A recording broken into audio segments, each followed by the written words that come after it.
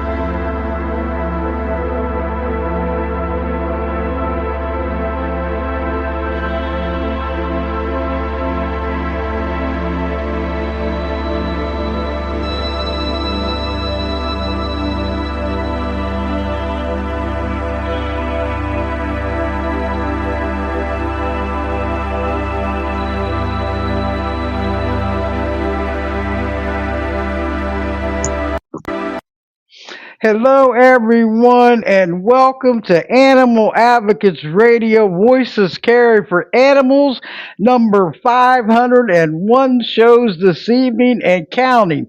Just celebrated the 500th show last Thursday, and it was awesome. I'm going to keep going, and we're going to keep standing up and speaking out for the animals in need and distress because they so well deserve it. Yeah, without us, they have no hope to carry on with their lives and future. So it's up to us to get changes made, positive changes made. Because animals are just like children and elderly. They have, they're helpless, defenseless, voiceless, and innocent.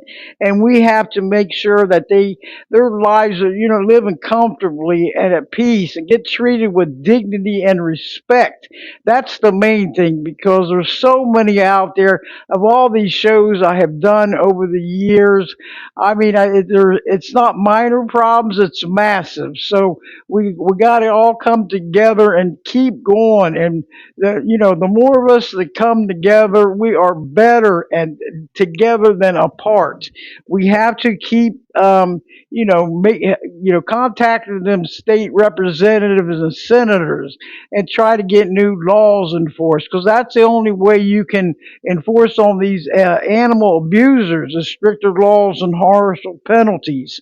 But I'm just going to go over a couple things here. My name is Debbie Dahmer, aka Mama Bear, and Mama Bear does care because she is on the air. And please share, share, share for the Mama Bear. This podcast is rocking the airways for the animals, everyone. That's such inspiring news. For the ones that didn't know, I was on Blog Talk Radio for 10 and a half years. And they closed down January the 31st of this year. And the following month, I started on this Podbean podcast app and player. It's on the web and the app. So if you're listening in from the Podbean podcast web, you could go ahead and join us here in the chat room. There's just a couple short steps to take, and you'll be in there. But go over to the Podbean app and Podbean podcast app and player on Google Play or the App Store. And what you're going to do is download it free installed, okay? And you're going to follow Voices Carry for Animals podcast, and then you're in, okay? And on the web, you could go ahead and start up a free account and go to podbean.com and go up in the right hand corner, log in. And then what you're going to do is press create account. And then what you're going to do is full name or nickname, and then email address. and then you create a password, check the I'm not a robot and create account. And then you're going back up and going to search Voices Carry for Animals podcast and follow, and you're in on the web. So please keep, uh, spread the word on this show. Keep pressing this like in here. You can also share this show right from the chat room. This chat room is phenomenal. I want to welcome everyone aboard in this chat room. We got a super team player here. I mean, they're awesome, and we all work great together, and it's going to, keep going. So, but what I'm going to do is go over a couple things here. I wanted to give a shout out to something happened to so sad and heartbreaking that happened to one of my former guests, and she's also a close friend for many years, and she's had, was a guest on this podcast many times, for action takers for pit bulls, and also on my podcast where she was the host on there several years ago, and I had interviewed her many times, going back to TS Radio uh, Network, Marty Oakley, Voices Care for Animals, and she has been a strong, very strong animal advocate out there, helping so many pages, or mainly groups on Facebook, tirelessly working for the pit bulls.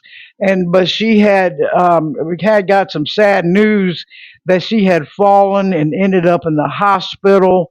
And I have been in contact with her and her son Arthur. He's trying to get in, come in here sooner or later. But she ended up in the hospital, got released, went into a nursing home there in New Brighton, Pennsylvania, and she's been there. And now I found out she's, on a walker, and now, she is doing better, and but she's trying to learn the cane. And I was talking to her on the phone in the nursing home, and she is getting better, so that's a plus. Thank God. Keep the prayers coming for her, because she so well deserves. We never know so she has fallen, and we need to help her to get back up. And her dog Annie, pit bull, was in the house just for 3 weeks, and it's been condemned. So Arthur Liberty has been there to help as much as he can, because her son, because he can't have pets where where he lives. So he's been feeding Annie and everything, and getting water and stuff. So the good news is on her, she got one of the Kelly Pink Aquelas, and she is has done so much. We connected. She met, picked Annie up yesterday, took her to the vet, got all her updated shots. And Kelly, this is, I mean, so amazing and so incredible what you have done. I hope you're tuning in. I was trying to get her, to listen in this evening, but she has been amazing. And then the more good news is, because Annie is 14 years old, and she's been saddened by Diane, her mommy, being away, hasn't seen her in 3 weeks. So, yeah, Arthur, was telling me that, she's very sad right now, but it's expected, okay? And so the good news is Annie was, is in a kennel right now, and she's got a foster dad coming over to visit her. He just moved over from out of state, and he's going to be taking her in. And we can't thank him enough, but I need his full name, because he is, they want to give her a nice home and love and everything. And with all this going down with Diane, it's so, I mean, it was so heartbreaking to hear all this, because she works tirelessly on the Facebook groups and everything. And another one that helped was Debbie Hassan, and she has been an incredible team player here. All of us working together. I ran posts on my Voices Carry for Animal support group, had over 320 shares going out. and that was we was not going to give up, okay, because two fosters already fell through, and we was not going to give up on Annie, okay. But the house has been condemned, and she can't, with the roof and there's no running water and everything. We got to keep her up, not down, because she's been a hard pit bull advocate for many, many years. And whatever I can do to help out, and give a big shout out to Arthur Liberty, her son, and he has been amazing. We've been working together, and so keep saying some prayers for Diane and Len Echo, or Diane and Liberty, and also Annie. Because she went to the vet yesterday, got her shots and everything. So everything is looking, improving.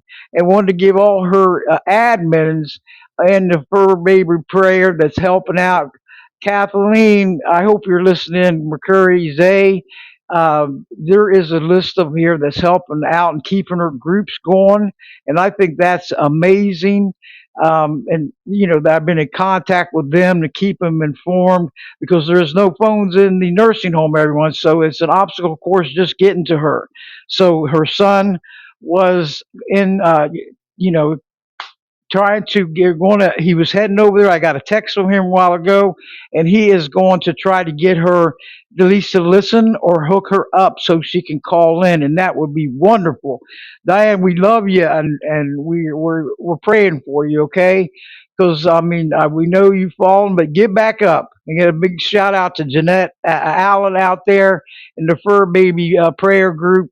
That's all been supportive for all of them. Laura Berry, and I mean, this list with everybody that's showing their support and everything. Deborah Hossfield, I know she was on her mother. She was just down here in Florida. Her mother was having surgery, but she was helping out even with her being in Florida. So we got Barbara. Hey, Barbara, this is great that you're showing up. Another one. We love these pit bulls, everyone. So, but I'm gonna when Arthur comes in, I'll bring him on for a couple minutes and everything, because this is such a hard. I mean, just to listen to this, what happened to her, and when I was talking to her, she did sound better, and I said, Diane, keep praying, okay? Don't give up. Don't we want you when your home is condemned and everything, it'll work out. Pray and God will show you the way. Okay, so but I know what you mean there, Barbara. The tearing up, it's very tough. But I'm going to bring on my guest, Dinah Keynes. She couldn't come in this evening, but I am rescheduling her. She has some personal issues with her furry son and everything, and give a shout out to her, because she's been a former guest on the show too. And it's wonderful what she's doing, because she is, with Miami Coalition against breed specific legislation on Facebook, everyone, and also on has a website. So I'm going to be getting with her. But we had her name is Jean Den, and she's oh, you are all right. You made it. This is great, Jen. I love this, and she's a board member and also a dog trainer. Okay, and yeah, and we're going to be talking about, with the homeless dogs this evening, and dogs being dumped at shelters, okay, and everything. So, and also another thing we're going to be talking about was dog fighting. That the dogs, that's rescued from coming in dogs seized in dog fighting. That's very a hot topic too. So yes. But hello everyone, and we got um, Pina Balzar, and she's in with us. She was a former guest for Justice for Destiny. Okay, so I'm going to bring her on later, because she's a big pit bull lover too, and she has a group. But this is what I call teamwork, everyone. But so welcome to the show, there, Jen. This is wonderful. I love it, and I thank Dala for hooking us up. But go right ahead and tell the audience, the listeners, a little bit about yourself, and we'll go from there. Okay? Sure. Thanks for having me on. I appreciate it. Can everybody hear Emmy, me? I'm hoping. yes, you sound good. Woohoo! Yes. All right, Yeah. technical issues aside. So, as Deb mentioned, I'm a certified dog trainer. I'm a licensed family dog mediator. But more importantly, I work with dogs in shelter environments and dogs that were seized from state and federal dogfighting cases. So I do canine behavior for some municipal shelters, and I ran a pit bull rescue for 11 years. So I've kind of done the gamut, and I love dogs, especially pit bulls. So that's me in a nutshell.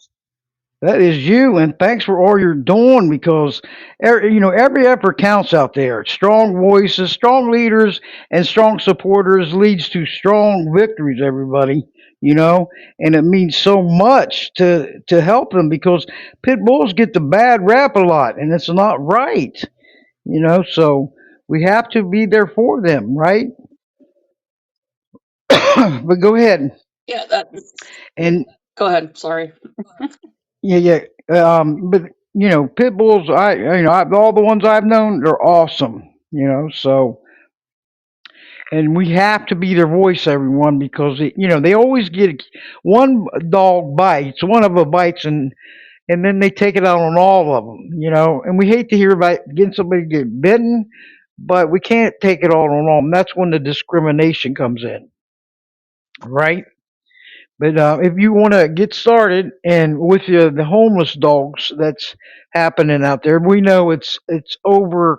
I mean, it's an overcapacity within these shelters too. I was in contact, Jen, with a lot of several of them, four of them over the weekend, and, trying to get advice for Annie and here I'm in Florida and they're in Pennsylvania, and I'm trying to do as much as I can. Every single one of them said there's a major crisis in the United States in these animal shelters of overcrowding. And I said, oh no, waiting list for like up 6 months or longer to get any animal in there. Okay, and they have to have records and paperwork and this and that. So we are in a real crisis here. And who pays the price when a lot of them is going to get put down, all ages.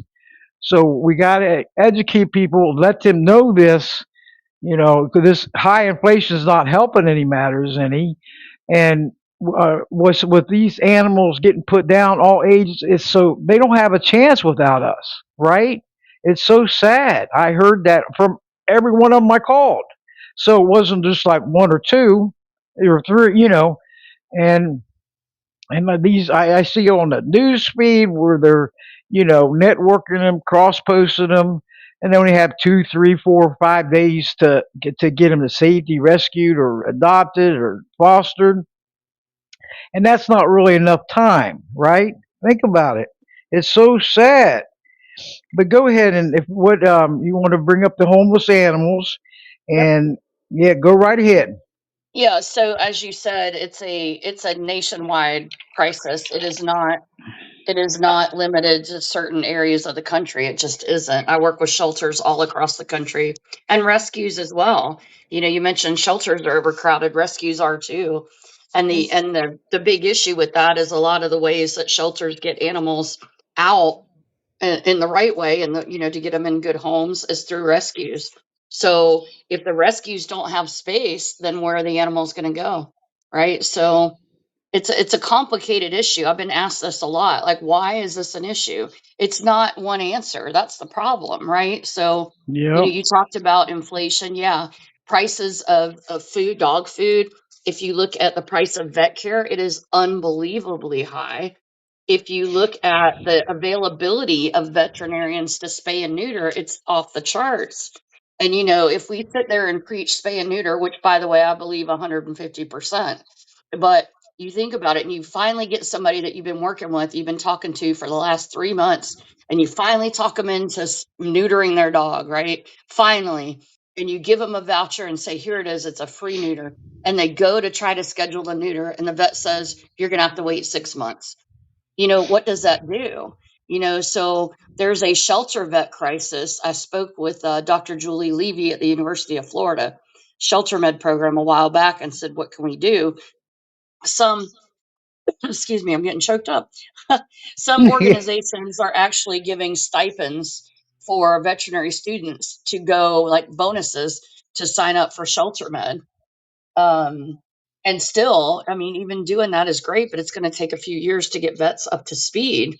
So, there's a sheer number of homeless animals because we haven't been spaying and neutering.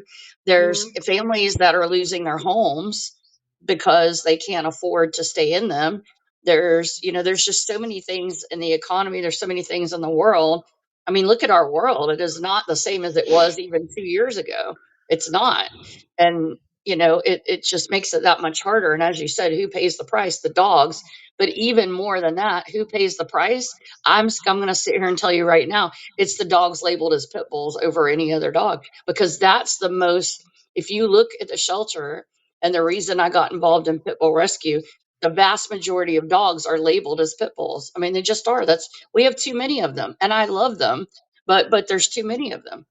And so when you have too many dogs and not enough homes that can afford to take them, even if they want to, then you've got an issue. And then you've got an issue on the intake side of shelters too. Some shelters have instituted, what is it called? Managed intake, which sounds great, but it's not, because yes, it's limiting the number of animals shelters take in, but what is happening? People are letting their animals out on the street because there's nowhere for them to go. If the shelter says no, and you can't afford to take care of your dog, and they can't give you whatever it is you need to take care of them, what do you do? So it is. And I'm not trying to be Debbie Downer or anything, but it is a crisis, and we need to get the word out. And I think all of us on this podcast know that. But do your neighbors know that? Do your friends know that? You know what I mean? Like, we've got to get it to the people that have no idea. And there's a lot of people in this country that have no clue what's going on. They just don't know. That's right. I know. And we got to get it out there, everyone, whether you're sharing it on, social media or talking with, within your friends or neighbors or coworkers. There has to be something done here. We got to be a part of the solutions, not the ongoing problems, you know, year after year, decade after decade. And we have to do something. We can do something. We got to help these animals out. They cannot help themselves to all this, and there's so many. Well, I think I've read like approximate a million healthy adoptable animals in shelters, all ages, okay, get euthanized a year. Approximately a million. And what is up with that? You know what I'm saying? It's like, whoa. And if you add it times a year, times two, three, 10, that's some, that is absurd. I mean, it's crazy, isn't it? Can't we? I mean, we have to look at this and say, whoa, what? Is it okay? Is it acceptable? Is it, do we look the other way and not do nothing? Everyone adopt, don't shop out there, please, and do something. Spay and neuter your pets. We have to get this under control, and because it's out of control. With these phone calls I made the other day, I was like, I mean, I was in total shock. It didn't really shock me too much, because I knew they were overcrowded, but this is like now it's massive problems. Okay, it's went from probably from last year to this year, and these animals they don't stand a chance without us, and we have to help them, not ignore them. Right, Jen?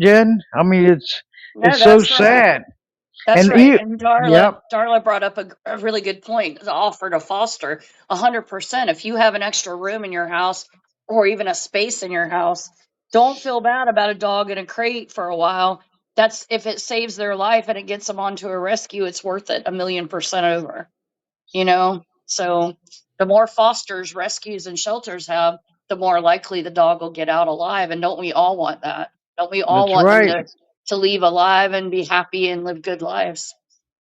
Yep, Yeah. give them that chance. They so well deserve. It's not their fault. You can't blame the animals. You got to blame the humans. Human beings are the root of all problems. We can't blame the animals. and we need to help them, everyone, and just do your part, foster, help out, volunteer at shelters, and help them out because they all need our help, and it's not just one or two, two of them. It is like massive. Poor Annie. I was like thinking, what is going to go on here? And she lucked out. I mean, so much, And she's 14, Jen, and so, when she got checked out and everything, and then going to, meet the foster dad this weekend, then hope she's at least she's in, she's going to be safe. She's not going to be in a condemned home, and she's scared. She don't know what happened to her mommy. She Yep. has no clue, Yep. and that happened. Diane's not the only one that has happened to. It happens all the time, That's right. so Well, that emergencies do pop up. Well, Yep. and that's part of the thing, right? So I was just at a shelter in South Carolina the past 2 days, today included, and where I do behavior work. And most of what I do is I look at dogs that are scared and try to help people understand because they get labeled. If a dog is barking in their kennel, sometimes it'll be labeled, the somebody will come by and say that dog's aggressive. No, there's different types of barking that represent different things the dog needs. So, I worked with two dogs today that were super scared. One was suspected of being physically abused, and she's got the marks all over her body to prove it. Well, do you blame her for flinching when somebody goes to touch her? No. I mean, come on. They learn by association. So if a person constantly hurts a dog, they're going to build an association that that person is not a good person and that they should be scared of people. And that doesn't mean they're an aggressive dog. That means that they're trying to protect themselves. So, there's a lot of dogs that come in, and I tell people, it's kind of like, and I can say this because I ran a prison program. It's kind of like being in prison. What happens if you lose your home and you lose everything you've ever known? Think about that for a minute. And you get put in a place that you've never been before, and there's sights and sounds that you've never seen, never heard, and it's loud, and there's people yelling across from you, and there's people yelling beside you, and you have no idea what's going on. It's they have to survive. They go into survival mode, right? I mean, it is just not. It's not okay for us to label a dog as not adoptable if they're scared. That's okay. Just like it's not okay to label a dog that might not like every dog they meet. Well, do you like everybody you meet? You know? So that's what I try. Some of what I try to do is try to educate people. The other thing I want to say real quick about homeless animals is I want to talk about the shelters. Shelter staff works really, really hard. Every shelter staff I've met, like they care and they work hard, but it doesn't matter what they do, it's not right. And so it's really hard for people to be in that environment and try to do their best and have to put down a dog that they don't want to put down, and then have the public say, you murdered this dog, you're a murderer, and I get it, it's emotional, but we have to think about it all the way around, because if we lose the people at shelters that care, then what happens to the dogs? That's right. What I happens? know. What happens? Yep. Yep. Yep. So And there's some sad situations out there. We can all do better than what's going on now, because now it seems like it's getting worse instead of better. yep, And that's the sad part. Uh, Jen, they said, hey, they blame it on society. We are society. that's We right. are. Yep. So what else are we going to blame it on? I mean, Mhm. why is this so massive and overcapacitated? When I was talking on the phone, I was like, oh my goodness, this is not good. This is terrible. You know, we have to do something and not just keep taking them out and think that's going to solve all the problems. Because it's just No. going to come in worse and everything else. Well, So, but that's what we got. We can't give up. We got to be relentless, everyone. We have to be relentless and not give up, because like I said before, strong leaders and strong supporters leads to strong victories. And look at Dyla, how hard she's working out there too. You know, and in Miami, the pit bull ban got lifted, right? Back several years ago, It right? did. It did. I'm on the board of the Miami Coalition, and I've known Dahlia for a long time. It is that was, and I'll excuse my language, but this that was one hell of a fight. Like I it was. I was down there when they first put verbiage on the ballot, and let me tell you, I read that ballot. I don't know how many times, and I couldn't figure out what they were trying to say, and I'm in the middle of it. So there was just a lot of political things going on with that ban, and I'm just so happy that it finally got overturned. So oh happy. But you yeah. know what?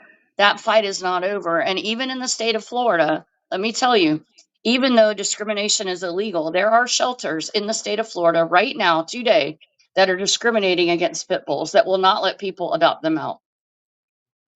So And there, that fight will continue, and it's not just Florida, right? We were involved in the Denver, Colorado, the fight, the Ontario, Canada fight. It will always pop up, and that's because when you see something where it says, and I'm using air quotes, a pit bull bit someone or whatever, first of all, everything is called a pit bull. Let's be honest. You know, Pretty much any mm, dog with a decent sized head or a stocky body, no matter what they are, they're going to be called a pit bull. And as I said before, there's a million pit bulls out there, right? There's a lot because we're not spaying and neutering the way we need to be. And there was a study done a long time ago that said one bad article, one bad story on a pit bull is covered in the media 230 times more than that same story with a different dog label, I'm just going to pick on a golden retriever or chihuahua, whatever. It's because of the stigma that they carry, and not rightly so, but it's up to us to be responsible pet parents. And it's up to us to teach people the right way to handle dogs. You look at child bites, right? 9 times out of 10, the parent didn't know what they needed to do, right? So, yeah. leaving a dog unsupervised with a child, there was one that happened not too long ago where the child was at a daycare and the daycare worker, I think, fell asleep. And the child went outside, opened the pen. It wasn't pit bulls, it was Rottweilers, but whatever, it doesn't matter. It was still a dog that hurt a child, killed it. I don't know if the child was killed, but hurt. I think the child was killed because the child opened the pen and the dogs killed him or her. I mean, that is irresponsible child management because that was a daycare worker. That's why I'm saying management and not parenting. So, there's just a lot we can do, and there's a lot. Education is key. I think educating kids is critical. We need to be in the classrooms, bringing a dog in, explaining to kids. I've done this a million times. How to approach a dog, what to do, what do you do if a dog comes up to you? Teaching kids what to do. Should you pet a dog while it's eating? Should you try to take a bone away? Just simple things like that we find common sense. Kids don't know any better. But if we can educate them, especially if the parents aren't, then those incidents of dog bites will go down, which means pit bulls will be less stigmatized, and it's a win-win.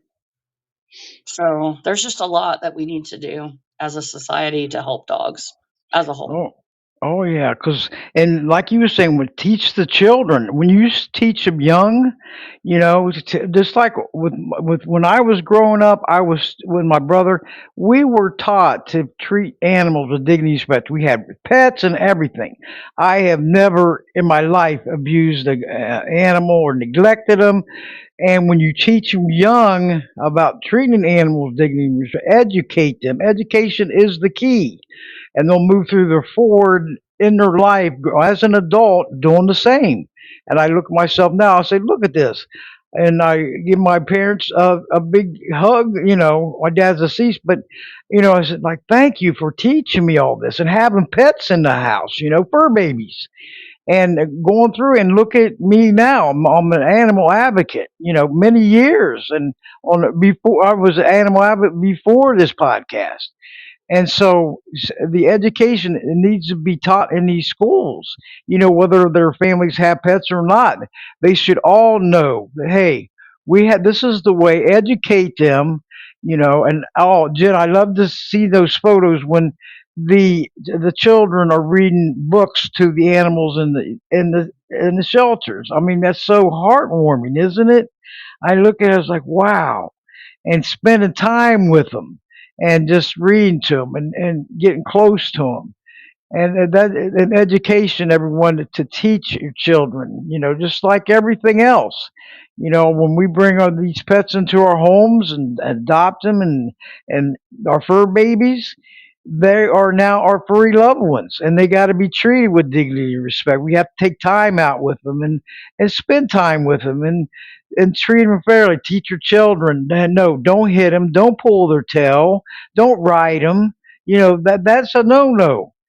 And that within, when you do that and they grow up, hey, they're going to be a better person all the way around. The animal lovers out there and the animal advocates, we need all of us. We need you. We need to get stronger and louder. That's these animals, these pit bulls. I'll tell you, you hear some sad stories of them getting pulled down, and they're even using them as service dogs. Even cops are using them, so they can't be that bad, right? Think about it. They just Yeah, get the bad.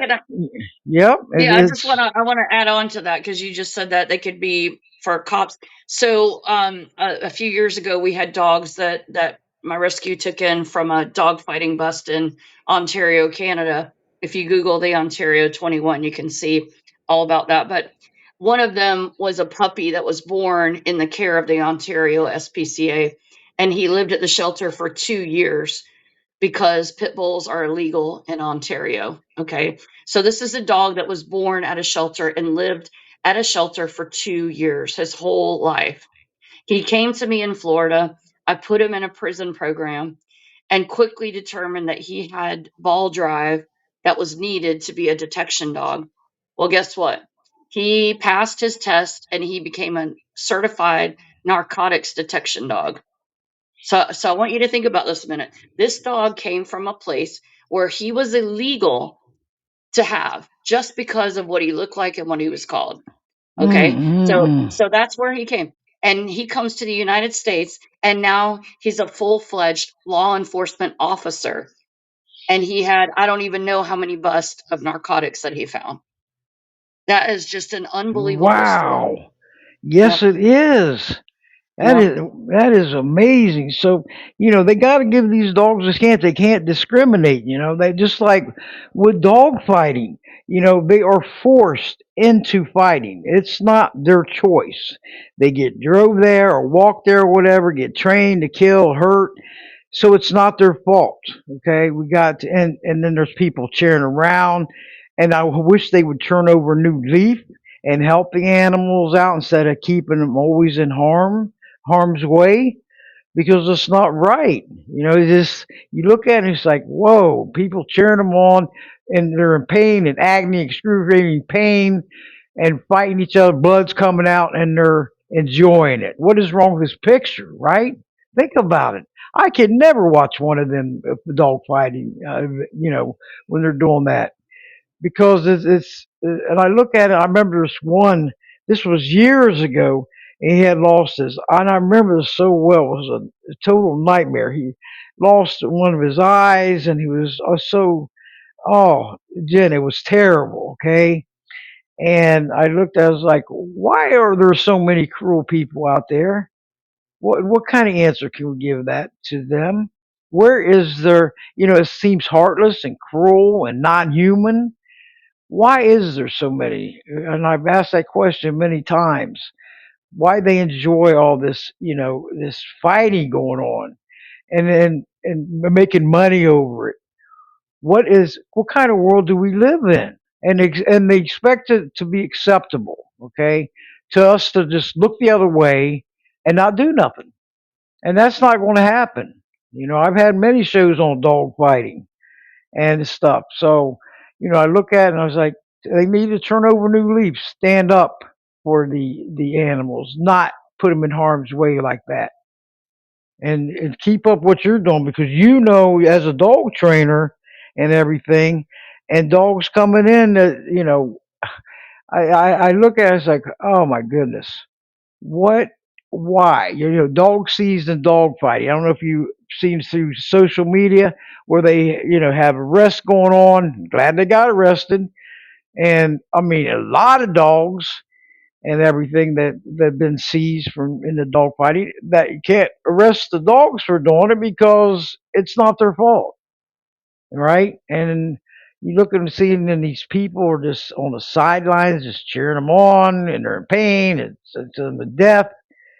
What kind of world do we live in? Isn't this terrible, Jen? I mean, it's Yep. been going on for many years. That's the It's sad part. The sad well, part.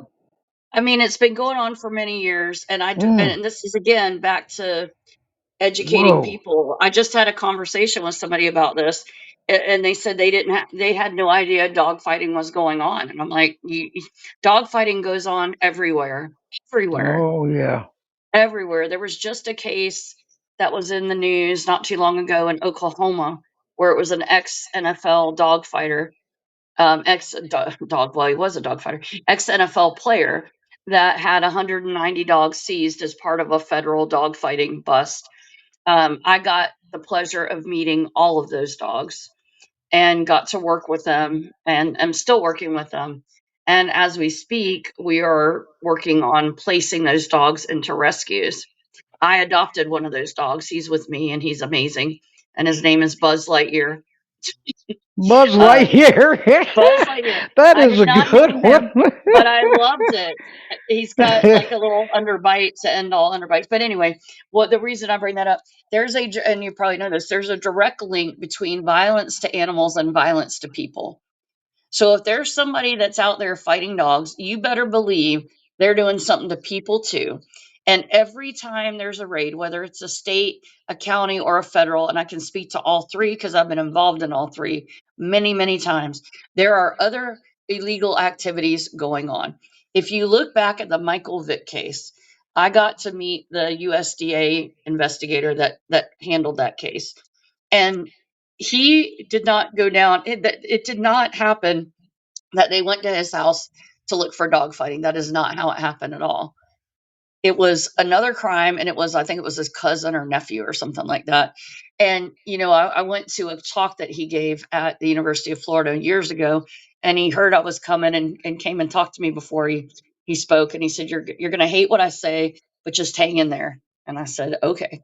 And he said, "When I first went on scene and saw the dogs, I said they all need to be killed." And I looked at him and I frowned and he's like, he looked at me and just went, calm down, calm down. So I did. And at the end, he said, I couldn't have been more wrong. These were the best dogs.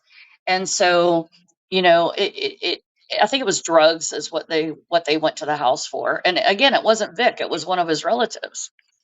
And then they were out and they found all the dogfighting paraphernalia. There was a case not too long ago in a state that I can't name where the power company went out to do something and they saw something not right.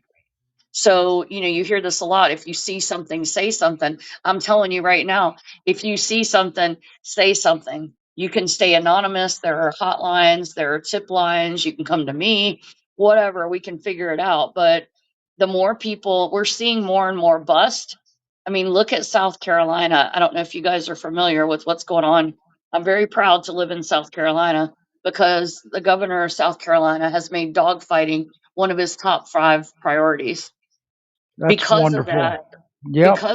he allocated an additional $500,000 a year to dogfighting investigative agents.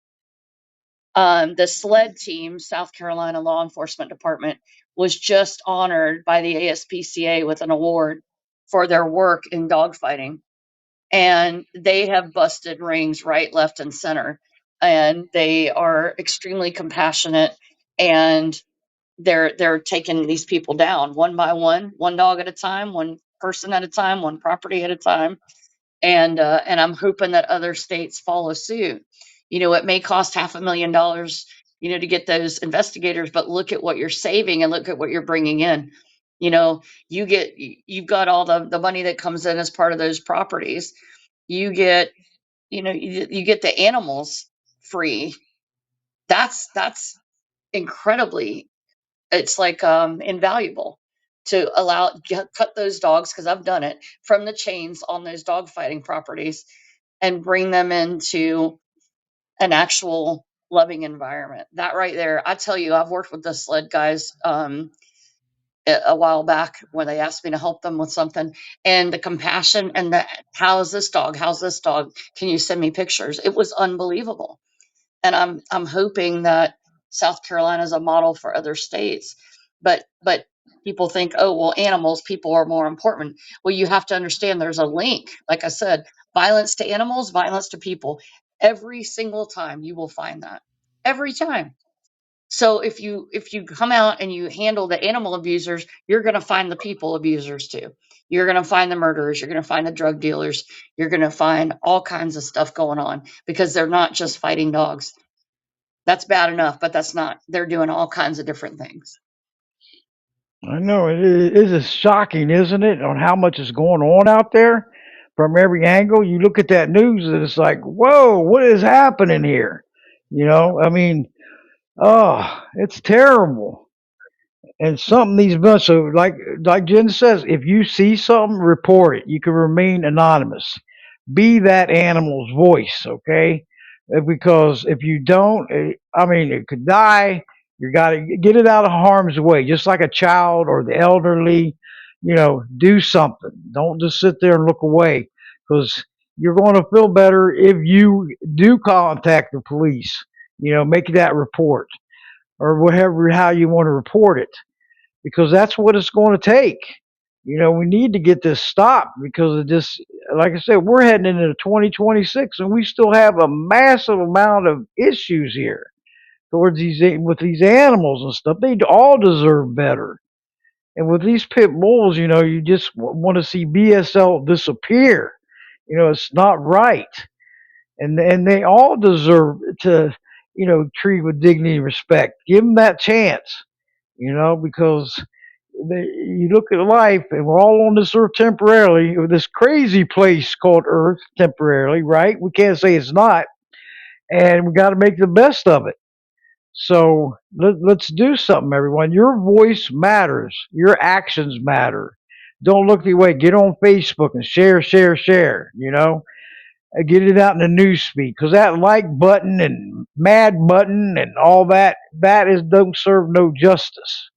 What does it do? Facebook ain't gonna change no laws or start them. You're making it take them comments to your state representatives and your senators. Make change. Your city council. Do something there.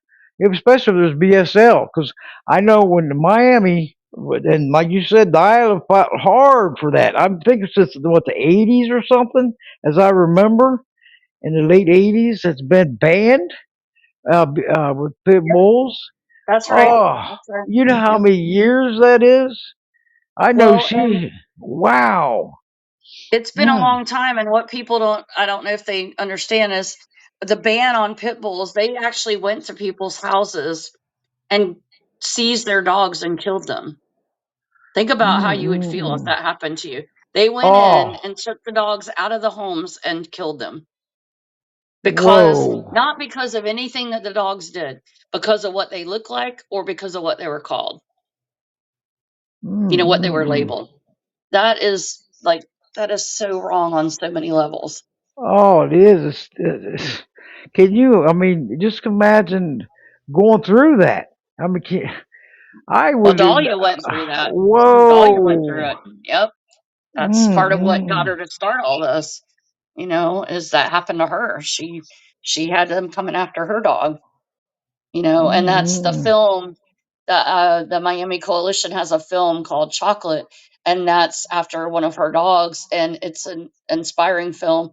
They're actually going to show it at Broward, at the Broward Animal Care, November 1st. So if anybody's in South Florida, if you want to come see it, let me know. Um, it's a really great film, and Dahlia worked really hard on it. But that's part of the education, right? Getting things out like films and documentaries and things like that to get people's attention. I said for a long time with kids, we need to have a video game that teaches kids about how to interact with dogs. That'll get their attention Oh, yeah, more. agreed. That's a great idea, you know? Yeah. Wow. Anything to educate them, interest them, and Right? bring it to You the gotta make it. light. Yeah, I mean, the attention spans of people in general, myself included, is extremely small because we don't have time, right? So if you can make it Right, interactive and fun, there's a course for law enforcement officers that's amazing. It's a simulator that a friend of mine built, and they actually you pick up a like a plastic gun, and you're in a scenario, and you're making real time decisions, and you're deciding whether to use the taser or the gun or not use anything at all and do this, that, or the other. And you're getting real time feedback. That is education. And that is effective education versus sitting in a classroom listening to somebody talk for 3 hours. right, exactly. Yep. Yep, I know what you mean. And Yep. Jen, are you ready to take any calls? We got probably some Sure. callers want to speak and everything. Sure. This is a great informative show, everyone. Another one, and you're always welcome back to Jen because the more exposure, the better. We can't just have one show. Bye, goodbye. Hey, I will Keep talk anytime. I will talk to anybody at any time about all this. Anytime. awesome. Okay, anybody have any questions or comments for Jen? You're more than welcome to come on air. There's on the lower right hand of your screen of your phone or your laptop or tablet. There's a phone icon or a mic icon. Just press it to alert me you want to come on air, and try to refrain from any noises in the background. Okay, any conversations, TVs, radios, because it's picking up everything. And please keep pressing that like, sharing this show right from the chat room. Okay. And a big hello to Laho and Darla's in the house, and these new ones come in. And welcome aboard, everyone. Okay, and Mama Cat, she's out there. She's a. I hope, and a big shout out to her husband George, because he's listening. He always listens in. Tell him I said hi, Mama Cat. The Mama Bear said hello and thanks for all his support listening to these shows. And George, you have a wonderful wife that's out there because she's a former guest too, Jen. She's has 90 colony cats now. Okay, she had 125 over the years we've been in contact, and she helps them all out, and he helps out, and the winter's coming to keep them warm and everything, and the great, give us great support on this show. But George, you have a wonderful wife there, and a mother and an aunt and all the above. Okay, a sister, and so you should be so proud. So. But anyway, Aloha, you want to come on air? Go right ahead. Yes, You have I'm any here. comments or questions for Jen? Go right ahead. Yes, Jen, I wanted to apologize in chat that I mistaken you called Delia. Oh, that's fine. No problem. Yeah, yeah, no, but thank you so much for speaking against injustice towards pit bulls. And I'm not sure if you read my comments in chat, but I'll repeat once more that my English bulldog, Harry, has been mistaken as a pit bull because of his underbite. Yep. I'm not surprised. Yeah, they think he's a vicious dog, but he's a real sweetheart. Oh, I love English bulldogs. Yeah, I saw an Yeah, article in CNN, on CNN. It was a long time ago, and they had a mhm. Pekingese that they labeled as a pit bull, and I thought, well, that's a first. I've not seen. A small breed Yes, as a pit bull. It's a little bit funny. I'm sorry. it is. I kind of laughed, and then I went, well, that right there tells you that we have no idea what we're talking about. Uh, Sounds like someone on the Kool-Aid. Yep. Uh, yes. Well, Yep. once again, thank you so much, Jen. And I'll let others speak, though. I just wanted to say thank you so much. Thank you. You have a good night. You too. Thank you, Debbie. Hey, thank you for all your ongoing support there, Aloha. You got it. Her dog Harry is so adorable. And give him a big hug from me, okay? I will. Because he's so adorable. But does anybody else, if you're on the web, and then I want to give a shout out to all of you that's listening from Podbean Podcast Web.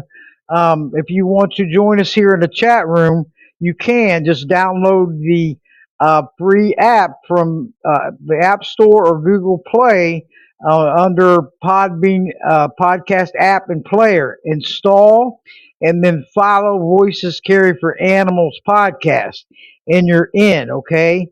And you could join us in here. You'll love this chat room. It is phenomenal. I love this Podbean podcast. I wish I would have found it a long time ago, but I didn't. So I had to, because Blog Talk Radio had a call-in number, which made it a lot easier, and I probably got comfortable. But this has so many options, and after the show, I gets downloaded and edited, and it's going to get published on my two YouTube channels, Voices Carry for Animals podcast, Animal Advocates Radio podcast, my website, everyone, voicescarryforanimals.com. You can subscribe free, and also you can listen to after the show on there, and it has a podcast player on there. The last 5 shows on there, okay, and also on podserve.fm. Here's another one, Animal Advocates Radio. You can follow on there. All the shows are listening there.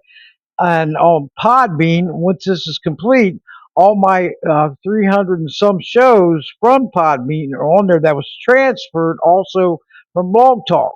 And that's Voices Carry for Animals podbean.com, and you can create an account, free account, podbean.com, log in, and then click create account, and you'll just need your nickname, full name, email address, password, check to see that you're not a robot, and then create account and search Voices Carry for Animals podcast, and you're in.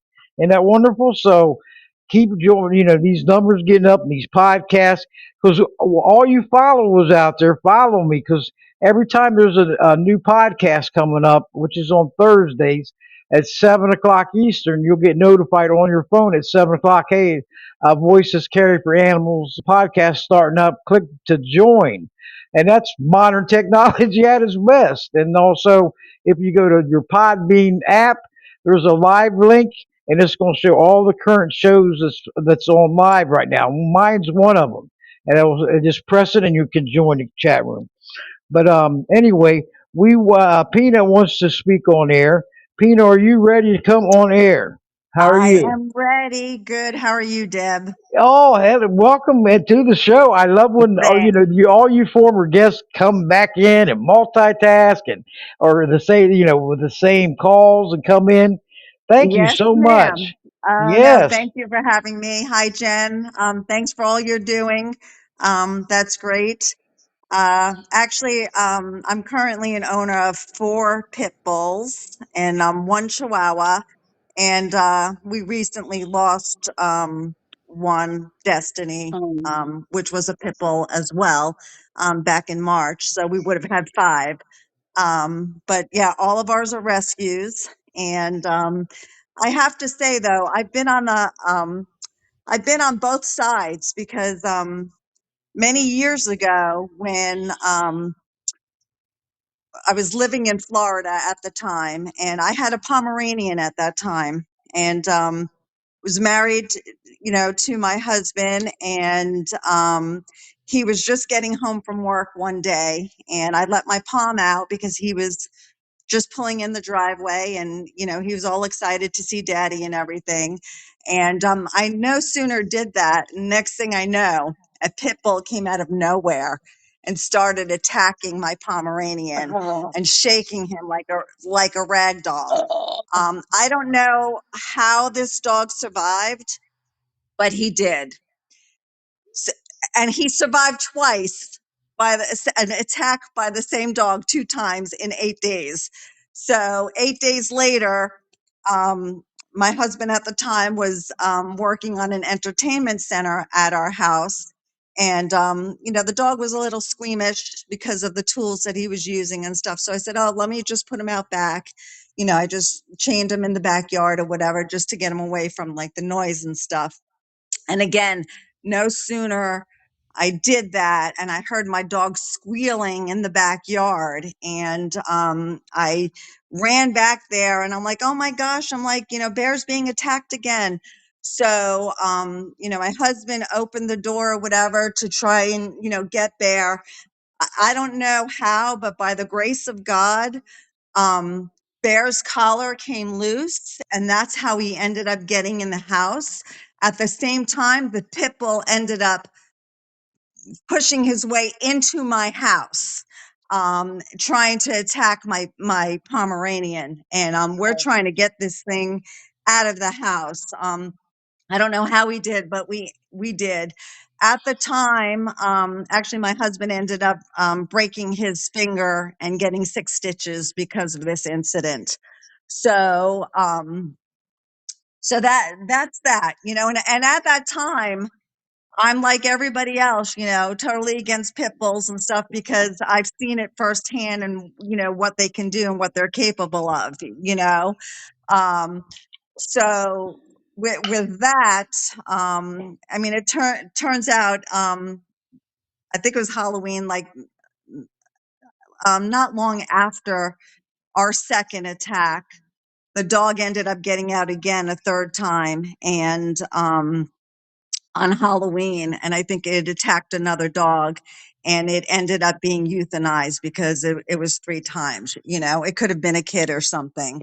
So, so that's why I'm saying I've been on both sides. I've seen that happen, and then now I own 4 of them, and I know that they're the sweetest, loving dogs that you could ever imagine, and I guess the one that, attacked my palm, I could only assume it's from the way it was raised.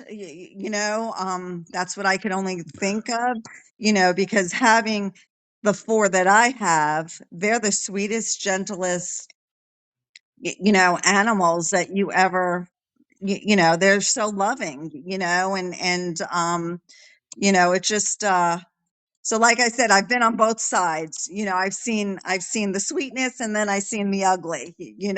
So Yeah. I mean, um well, first, I'm so sorry that that happened. That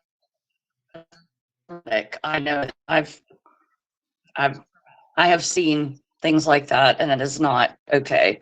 And no matter what, I'm sure you've replayed it over and over in your mind. And you're you're breaking up. that's the Yeah, you're breaking part up, but that we have yeah. to. I mean, oh, hold on. Let me try something. Let me try something because it was fine, and now because you were breaking up, and I fixed it, and now maybe didn't Nope, fix now it. you're Okay, now am you're I? fine. Now you're fine. Okay, good. Yeah, it was good. It was breaking up bad, so it sounds good Yeah, better now. Yep. But go ahead. Yep. Can you hear me, I Jen? can Or hear Yep. you. I can Is hear okay. it you. better now? Okay, Sorry. good. Yes, yes. Can you hear me? Can you hear Oh me? yeah. Okay. I'm so sorry. I don't know what happened. I didn't move. I'm in the same place. You know, it's it's unfortunate that that happened. I know that had to be traumatic. I know it was, and that I don't ever want it to have anything like that happen. And there's dogs that are no matter what breed you're talking about, there's dogs that are great without, and then there's dogs that might need a little bit more help. I have a Yep. dog. I just want to tell you that came from a federal dog fighting bust, and it's why I work with federal dog fighting cases. Her nose, she had no nostrils. She had Oh no wow. nostrils, and Mm. the top of her mouth was missing.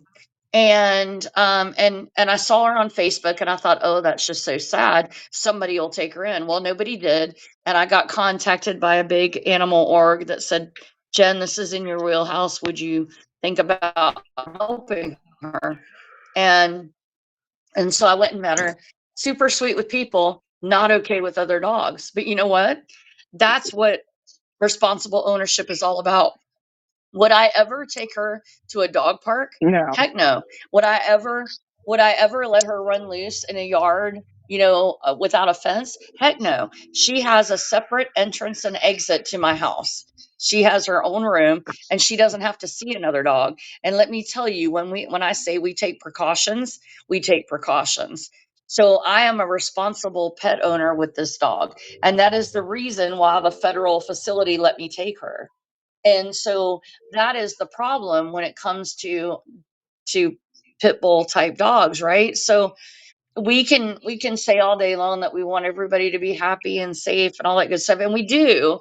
But if you have somebody that's not a responsible owner that knows what their dog is okay with and is not okay with, then they need to be held responsible, right? So Yeah. whoever owned the dog that did that to your palm, if there is an owner needed to be held responsible, I applaud you for getting past that and owning these guys Yeah. anyway, because now Yeah. you see what they're really about, right? Like there's a Exactly. reason, right? There's a reason why these dogs are used for dog fighting. The number one reason is their loyalty to people. Yeah, I mean Like they're great dogs. I mean they really they are. are. You know, Yeah. actually, our one of our dogs we rescued, Magnum. He survived 3 gunshots. Mm. So God bless him. And actually today he just had his first heartworm injection, so he's inside resting. But he's the greatest. I'm telling you. I Yep. mean, he's just so Yep. loving, and he even with the others. He's like so like considerate, and he's so polite because he'll wait for them to finish eating or drinking their water before he'll go. You know, so they're just, I mean, oh yeah, no, he'll wait for them. Like if he's thirsty, he'll wait for them to get their water, and and then he'll go drink. Or if they're playing with their toys or whatever, and one try to take it, he'll just let them have it and just walk away. So Right? I yeah, mean, at the end of the day, one of the things we need to remember is every dog is different. I mean, Animal Farm yep, Foundation has a great tagline. It is all dogs are individuals. And that it could not be more true. yep, And you know what? All people are individuals. Is it okay that my dog, her name is Mellow, and she's not Mellow at all? I did not name her, but that it was her name. Um, is it okay that she hates other dogs? Do I blame her? I look at her face and I'm like, I would probably be the same way. You know, she yep. had to have facial reconstructive surgery. Wow. Why? Because when she shut her mouth, she couldn't breathe, so she couldn't Oh, sleep. aw. So I took her to a surgeon in Florida, and we built man-made nostrils for her. Right? Wow. That's But Wow, I amazing. check that. know, That's It amazing. is but awesome.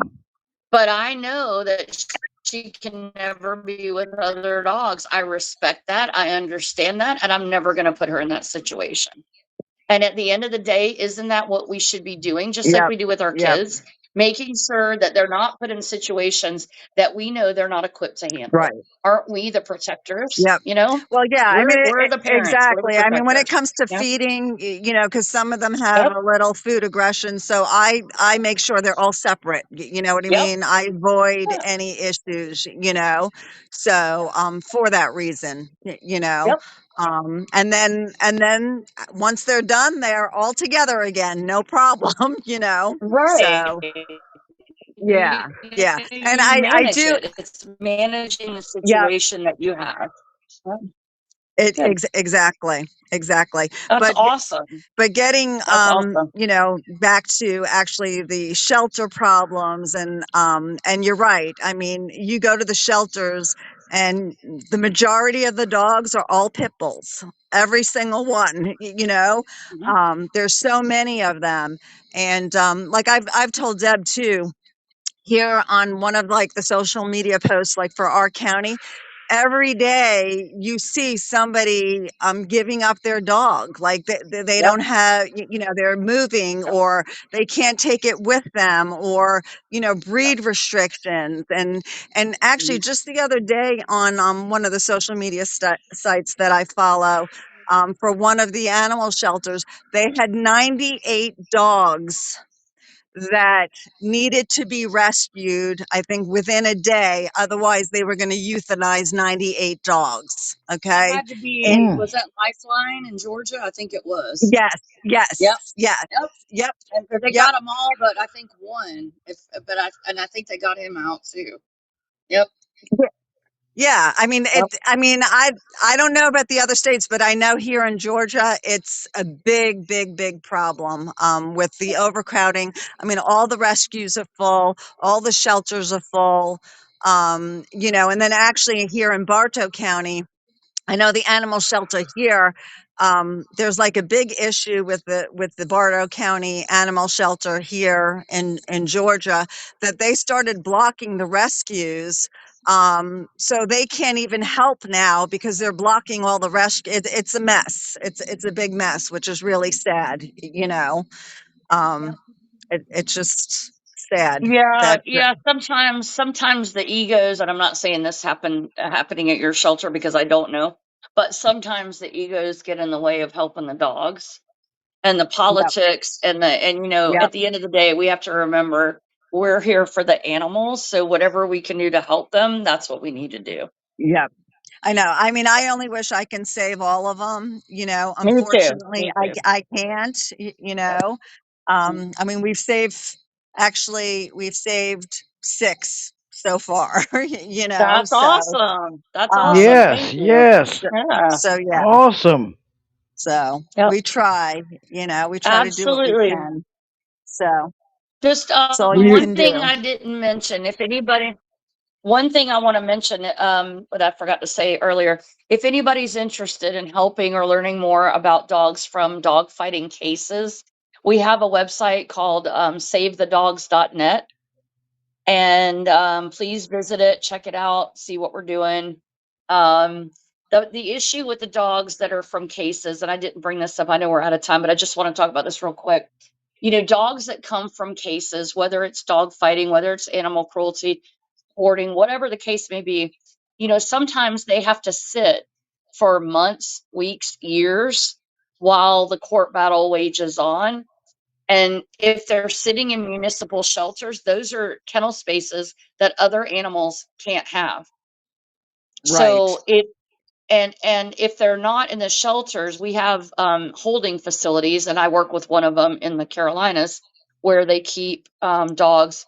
And because they're not in municipal shelters, they're not on the radar of groups like Best Friends or the ASPCA or Humane World for Animals. So what does that mean? That means we have no grant funding for any of them. None of them will take any of these dogs. So we're kind of on our own. And I'm not saying woe is me, because we do pretty good placing them. But at the same time, these are dogs that people don't think about because they're nowhere to be found. I can't tell you where the facility is legally. I'm not allowed to, because I can't compromise the safety of the dogs or the staff, you know. So, there's a whole other set of dogs. There's a shelter in Florida that I just went down to a week ago, that had a dog fighting case that I was asked to help with, because they never had one before. And they had dogs at a separate location because they didn't want to put their regular dogs down because they were holding these dogs. And what happened? The person filed an appeal. What does that mean? The dogs have to stay there even longer, and the longer they stay in the kennel, the more likely they're going to have behavioral issues, because you can't sit in a cement kennel 24 hours a day, 7 days a week for 2 years or 3 months or whatever it is and not have problems from it. So mm. yeah, please check out the website, savethedogs.net. Please keep doing what you guys are doing to help get the word out. Foster. You can't foster, donate money. If you can't donate money, donate supplies.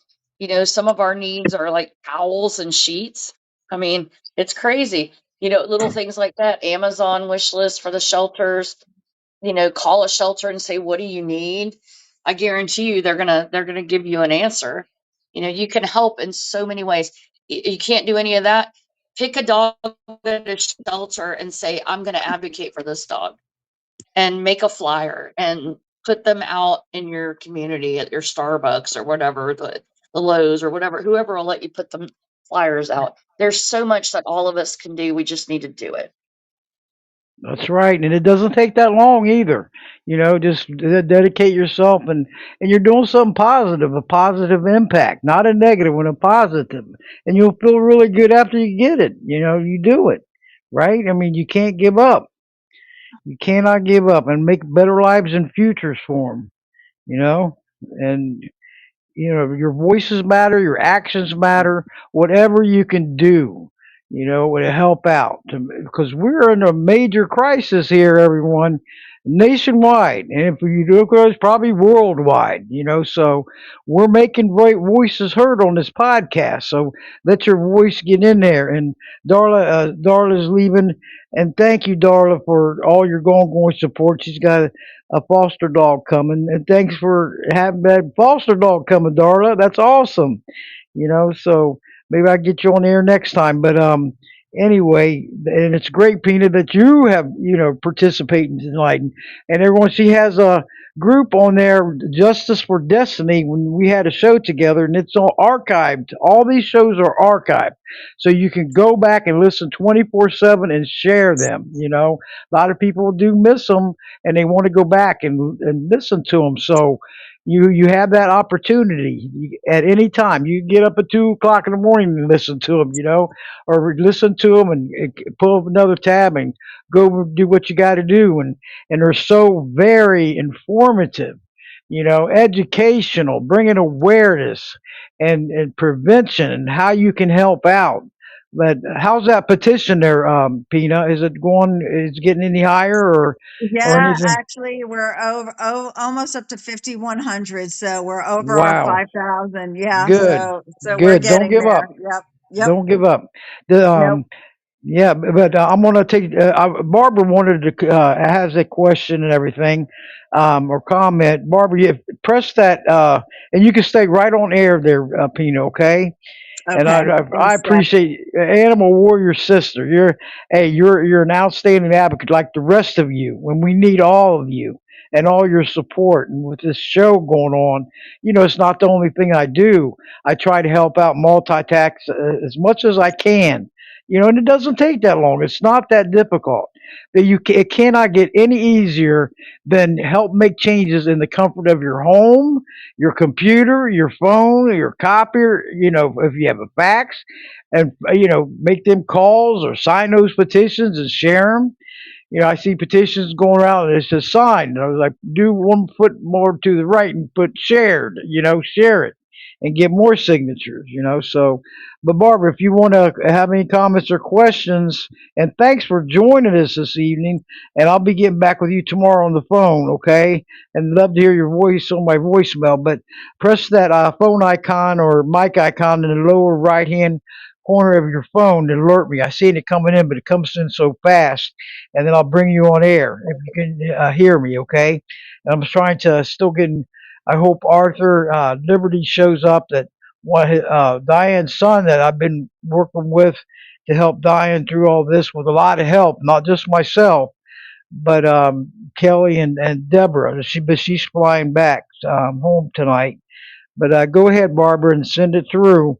Or if anybody else has any comments or questions for Jen, the lower right hand corner of your phone, the phone icon or mic icon. Just press it and alert me that you want to come on here. You can share this show, everyone, from this chat room, and appreciate everything everyone does. You can like the show because keep building this show up and everything, and the followers, because the more followers it comes in and the more likes and attention, hey, it's moving. Voices Care for Animals podcast is rocking the airways for the animals in need. And I'm so happy about that.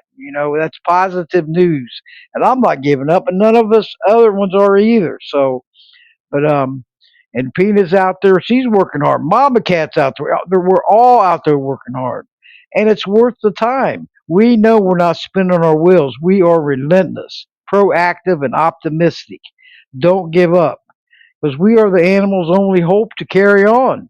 We don't want to keep it the same or get worse. We want to make it better, better lives and futures, because that's what it takes. Don't turn away or close your eyes or sweep it under the carpet like it's nothing, or wait for the next person to do something, because You are your voice and accents are very important and needed. So never think that it's not. Right, Jen and Pina? We have to work together. So Absolutely.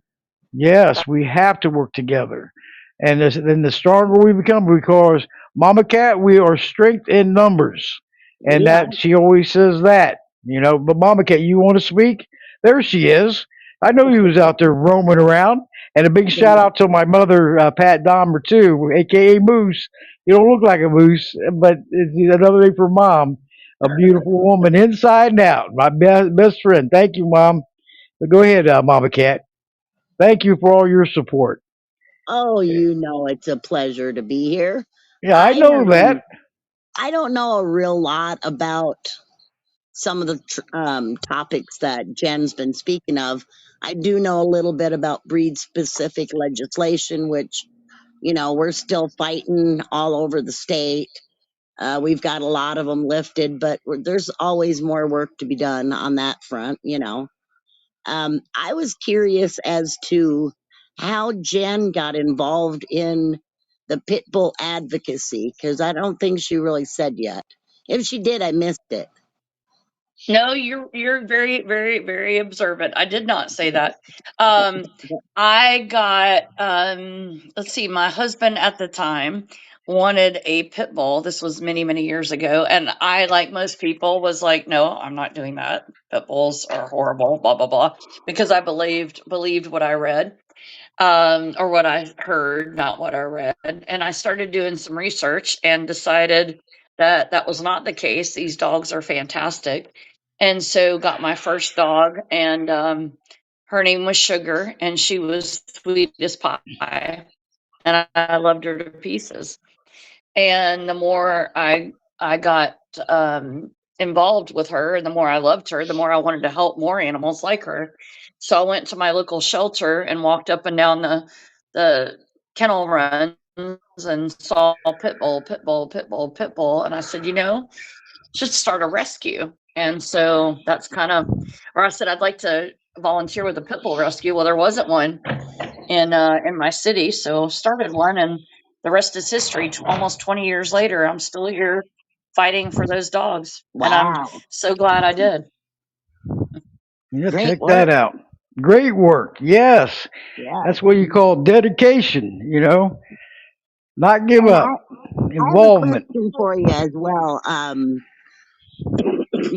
A friend of mine got a pit bull, little bitty puppies, cute as a button, and raised him, put him through training, obedience, and all the proper stuff you should do. And she had one small child in the house. And the dog was just the epitome of a teddy bear. Just loved everybody except strangers. Yep. All of a sudden, one day, that dog just hated anything and everything that didn't live in the house. Hmm. I mean, they couldn't take him to the vet. They couldn't, he would just go ballistic mean, growling, jumping, biting. He never actually bit until he did. And what he did was the baby was crawling across the floor and crawled past where the dog was laying, and the dog made one noise. "Arr!" That was it. The mom went running around the corner, and the dog had bit the baby. Now he was like, 18 months maybe. He was just crawling and stuff. He wasn't walking or anything yet. And it bit him right across his face. Two Hmm. teeth, one on each side of the eyeball, and two teeth on his throat. And it didn't actually break the skin. It was a warning shot, basically, is what I called it. And she never let the dog anywhere near the baby again. She wanted to have the dog put down. The people at the shelter talked her into putting him through all these classes, and his temperament got worse and more. He was so mean and nobody knows what the hell happened. It was like a light switch switched from day to night. And the dog, he wasn't a small pit either. He was a beautiful, large, a lot taller, than the short, stocky ones. I mean, a beautiful dog, just beautiful, but nobody could handle him. And they ended up putting that dog down. Uh, Nobody it's could hard touch to him. say. Yeah, I mean, it's hard to say. So there's so many different things that could be at play. Dogs have what you call critical socialization periods, kind of like babies, like young people do. So you think about being an only child, and if you're not around other kids, you're going to act more like an adult. I was the oldest child, right? So my closest sibling is 4 years younger than me. So if you're an only child and you're never around other kids, you're probably going to be a little socially awkward with kids. You know what I mean? And so there Yeah. could be something to do with saying a lot of people don't know that if they don't socialize their dogs outside of the home when they're growing up. Did they have this dog since they were a pup? It was a puppy? Yeah, they got it when it was just small. Like, I think it Yeah. was 10 to 12 weeks old. It was little. Yeah. So I have a lot of questions. One would be how long was the puppy with its mother? Because that will make a difference. If puppies are The taken mother too young died. from mom, The okay. mother died, and Um, she had 9 puppies. That's why they, you okay. know, So I mean there's trauma right there that happens. And you think about trauma for people and baggage. Sometimes baggage affects different people in different ways. So that's part of it, I think. You know, I don't know if this family brought this dog around other people, around kids, around, before they had the child in the home. Like I don't they did. again, They I'm not did. blaming them. I'm just trying to put it Yeah. together. They Yeah, did? he was about a year old um, before he just switched. Yeah, but was he around other people outside the house? Was he around kids? Oh yeah, Like I have a lot of there questions. was a child in the house. There were people in the house. He went on Mhm. walks. Okay. They traveled a lot, so the dog was always around other, people, strangers. They Yeah, really don't know what happened. And they would, I mean, I watched the lady bawl her eyes out. They did not want to yeah, put this animal down, but he had already hurt. I mean, he gave the warning. And if you don't yep. listen to the warning, that's on you. Yeah, it's gonna escalate if you don't listen to the warning. I mean, there's so many different things that could be at play, as to why that happens. Sometimes there's a genetic component where wires, and the best way to explain it is wires are Right, crossed with you know, and you don't know that that's happening because it's internal. And sometimes, no matter what you do, those genetics are going to override everything else. There's a nature nurture piece of it, right? yeah, So, it's hard to say without meeting the dog, which I can't do now, without talking to the family directly, without understanding all the bits and pieces. It's not simple. We have the good news is we have canine neuroscience now where we didn't a few years ago, where we're starting to understand the canine brain a little bit better, and we have a long way to go. right. So it could be the part of the breeding. We don't know about the dad. The mom died, but do you know why she died? Like what she died of? Or I don't remember for sure what it was. okay. It was a major issue. I don't remember if it was the kidneys or the liver or something. I don't remember for sure. Okay. Okay. So I mean, you think about it, if you're a young child and you lose your parent, you're gonna have some baggage from that. I can say that because I lost my dad when I was young, right? So I Yeah, speak from experience. And everybody handles their baggage a little bit differently, so that could be part of it. It could be how the breeding happened. It could be part to do with the dad. It could be that, that a lot of dogs, with kids that age, when they're not walking, they're crawling, they're very unsteady. They have jerky movements. That can be really scary for a dog. It just can. And I'm not blaming the child, don't get me wrong. There's just so many different things that could be happening to cause that I hesitate to give okay, this is why that happened, because I can't tell you definitively.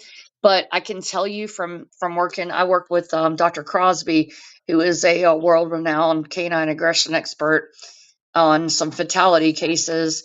And there's a lot. It's kind of like boy, I'm going to tell you my age now. If you ever saw Dr. Quincy, you remember I do. Quincy? I do. Anybody? Okay. Right? Where you're trying to piece together what happened. That's kind of what you have to do in a situation like that. The good news is the dog gave a warning first, Right. you know, That's and what it's I going to said. be on the face. Yeah. And with a child, it's always going to be on the face, because where's the child's face in relation to the dog's face? It's Right in the at eye dog's level, face. right? Yep. It's right there. Yeah. Yeah. So, I mean, you're going to see that. And again, do I ever want to see a child hurt? No, no, no. I'm a mom. I would never want to see that. You know, it's just because of where the face is physically. Oh, you're cutting So out. there's Hold just on so a many second. Yeah, things you that can. could happen when something Right. like that happens. Are you Well, there? what do you recommend that a pet owner do in the event of that happening? I mean, If if we all something know that like there that are. Yeah, Go I ahead. mean, if there's something where they have a concern that over the dog being unsafe for whatever reason, or the dog gave a warning or growled, or I really feel like part of the issue that we have, oh, I'm going to get on my soapbox, sorry, is dog trainers, right? So Jen Deane, I can say I'm a dog trainer and have no education whatsoever.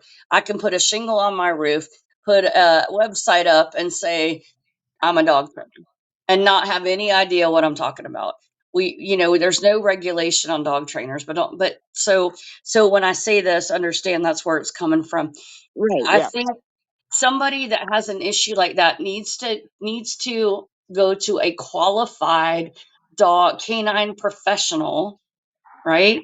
That Yep. can assess the situation, understand what's going on, and prescribe a behavior plan. And sometimes that behavior plan is behavior modification. And sometimes it involves pharmaceutical meds. It depends on what's going on, right? So, like with people, sometimes you'll see a psychiatrist, sometimes you'll see a psychologist, sometimes you need both. It's the same thing with dogs. So, veterinary behaviorists, the problem there is they're super expensive, but they're expensive because you get what you pay for. These are people that have gotten their general practitioner veterinarian, but then they've gone to additional schooling specifically for behavior medication. Does that make sense? Yep. So sometimes that was my long story, but basically what I'm saying is, you know, somebody that has something like that happen needs to consult a canine professional ASAP, and it's somebody that says, well, I can fix your dog, let's throw a shock collar on him, is not a canine professional. Okay, Right. that is not going to solve the problem. It understanding of what happened, the dog, medical history. A lot of times, behavioral issues are caused from an area of pain.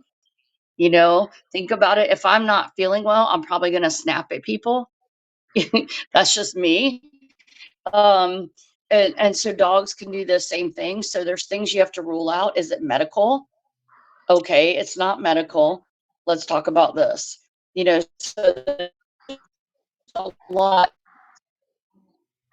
that goes into figuring out what happened and coming up with a plan to address it. And it needs to be a comprehensive plan. Right. The last place they took him to said that it was something neurological, and they're the ones that recommended putting him down. Well, and that could very well be. That goes back to like what I said, like wires crossed. That could be. I can't speak on that without Right, knowing more right. of the I history was and the just dog. kind of wondering how you felt But about that. And, but I mean, I don't think euthanasia is always the answer to those situations. Like you said, there's other routes you no, can go, but a lot of people just don't have the money, to put no. into stuff like that. No, they don't. And I tell you, if it was me and I had to hire I don't have the money for a veterinary behaviorist, you know? So I totally Right, get that. right, So it makes it really challenging to try to do what's best for your pet who's part of your family. And your family is, it's what do you do? It's just like going back to the shelter issue. If you can't afford, I had a personal dog that was sick, and I spent over $2,000 and they still can't tell me what's wrong with her. yeah, You know, Mm, I mean, who can do that? I mean, luckily I can, but at the same time, it's disheartening. And I understand why the charges are the way they are because they pass along the charges that they're getting, but it just makes it all the more hard. And right, the reason why so many people are surrendering their animals to the shelters, and it's not a easy answer, it's complicated, but we have to, like Deb said, we have to keep working together and being the voice for those dogs and animals that can't speak for themselves. right. And, I have a hard time with people, um, because I deal with feral cats. That's Ah, my yep, forte. I deal with feral cats. And a lot of people, I do everything is fundraising, and yep. a vet that is a godsend to me. But so everything I do is I have to fundraise for it. And a lot of people just don't understand why you would put that much money into an animal that you're never going to be able to touch, and you're going to just release it back in, back outside, because that's the life of a feral. And I always have to explain to them that life is life. And if that's what it takes to save that life, that's, what I'm going to do. Um, One cat, though, however, I think I Yep. may have gone a little overboard with it. Was $4,800 for a feral cat that everybody told me you'd never. wow. What? 48? What? You got to be kidding me. Something's got to give, you That's know? Noel, Deb. Oh, huh? Yeah, that's Oh, yeah, Noel. that's right. Yes. Oh, Yeah, my God. yeah. The vet bill Mm-mm. was $4,800, and my vet, God bless his heart, he did all the medical for free. All I had to pay for was any medications that he used during the surgeries and after. And she had a prolapse, and she's a Manx, which makes it all the more Yep. difficult to take care of. Um, and she was, oh my goodness, she was so feral. She was the most feral cat out of the hundreds and hundreds and hundreds of cats I've dealt with. She was the most want to rip my face off cat that I've ever dealt with. Now she Mm. sleeps on my pillow. Oh, Yeah, I couldn't, the recovery time after a surgery like she had, and she had a ruptured umbilical cord, and she got fixed, and she had the prolapse surgery. Um, the recovery was several months. And yep. so I had her in the house. My husband built a catio for her so she could at least just go outside the window. Oh, He opened the window and she could go outside. She couldn't go any further than that at the time. right. Now, my husband built a 24-foot long, 9-foot wide, 6-foot tall catio, and she runs and chases butterflies out there. So, Well, that was worth every penny, wasn't it? absolutely. I mean, and Yep. that's the thing. You can't put a price on a life. You can't. No. You just Yeah. can't. Nope. And when I got her, I thought I was told she was degloved, that something got a hold of her tail and ripped her tail off, and all that was left was about a 2-inch bloody stub. and she was like 100 and some miles away from me. And I kept trying to find somebody to go get her, and nobody would or could, or, and we had a big snowstorm coming. So I just like, hell with it. I drove out there before the snow hit, and I set a trap, got a skunk. Said, shit. So I went back in the truck to get the second trap. I set it, grabbed my shower curtain to throw over the skunk so I could release her. And before I got the skunk released, the cat was in the other trap. So it didn't take me long to get her. She was hungry. That mackerel is what I used that day. She loved that stuff. Came right to it, got her in the truck, and oh my God, she stunk so bad with the Mm, prolapse. She Mm. had, of course, liquid diarrhea, and she was just covered in it. I mean, just like 2 inches thick on her belly. It was pretty bad. I drove 100 and some miles back home with the windows open because I was gagging. And then I get her home, and I didn't know what the hell. How do you get that off of a feral cat? I mean, she wanted to rip my face off something fierce. And Mm. so while I was thinking about it, I just set the whole trap in my bathtub, walked out, and a light bulb went off. It's like, well, she's already in the bathtub. What if I just fill the bathtub up and let her soak in there? And that's what I did. And do you know that cat did not try to climb the cage? She didn't go crazy. She did nothing. She sat right there for an hour, soaking in that warm water in the bathtub. Oh, Bless her little heart. yeah, mhm. bless her real heart. Oh my goodness. That poor cat went Wow. through hell, I'll tell you. Well, Yeah. well, Deb, this has been great. I have got to go to bed because I've got to get 7 dogs from dog fighting on a plane tomorrow morning to go Oh to Okay. boy. rescue. Yep, yep. 7 of them. Wow. 7 of them are going to freedom tomorrow. Thanks Yay. for everything you Yay! do, All Jen. right. Good. That's a good news. And Jen, Yeah, I I got to can't. get them. Wow. Yeah, Yep, that's good news. And Hey, that's what we want to see is good news and victories, and that's our absolutely. goals. So we can do the happy dance. Mama Bear loves doing the happy dance when there's good things happening. well, 7 of them are leaving. 7 of them are getting on a jet plane, on a private plane tomorrow morning. I'm where they're going on a plane, so I'm really Where are you Oh happy. taking yeah. them to? They're going. 4 of them are going to a rescue called Out of the Pits in New York. They're fantastic, and 3 of them are going to Speranza Rescue in Mechanicsville, Pennsylvania. All right. Okay. Well, it was nice Yep. chatting with you, hon. Nice talking with you. Yes, and Good luck Jen, tomorrow. have a safe trip and everything, and looking forward to having you back on. You're amazing Absolutely. too. Another great show. I mean, all these shows and they are great because all these former guests and current guests that come on, they are a total success. The callers, I mean, just it is so awesome. It's so the all of you coming together and working together and listening to these shows and keep liking these shows. Everyone's sharing them and everything. And that's what makes it happen. Our voices are being heard, making voices heard worldwide. Rocking the airways for the animals in need, right? We cannot give up because that's what we're here for. We have to see change. In order to see change, you've got to take action.